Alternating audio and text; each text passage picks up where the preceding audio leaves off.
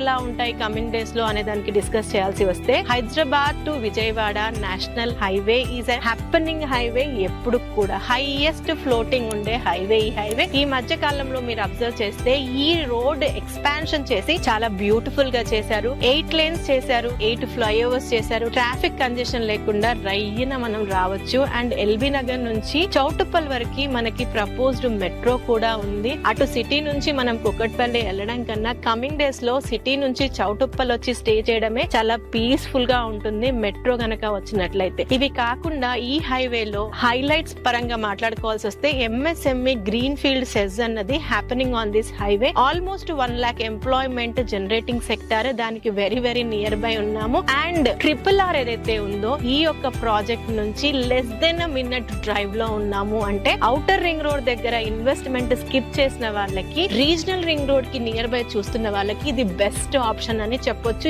ఈ యొక్క బడ్జెట్ లో స్కూల్స్, కాలేజెస్ బోలెడ్ అని ఉన్న ఈ హైవేలో ఔటర్ రింగ్ రోడ్ ని కూడా మనం ఒక 20 minutes డ్రైవ్ లో కనెక్ట్ అయిపోవచ్చు. Ramoji film city, Asia's the biggest film city is on this highway. ఆ ఫిలిం సిటీ బేస్ చేసుకుని రెసిడెన్షియల్ గా ఎంతో డిమాండ్ వచ్చింది. సో చౌటుప్పల్ కి కూడా 5 minutes డ్రైవ్ లో ఉంటాము. ఎలా చూసుకున్నా బెస్ట్ ఇన్వెస్ట్మెంట్ ఇన్ లో cost, that to in approved layout. So viewers, లో బడ్జెట్ లో plots, that to approved layout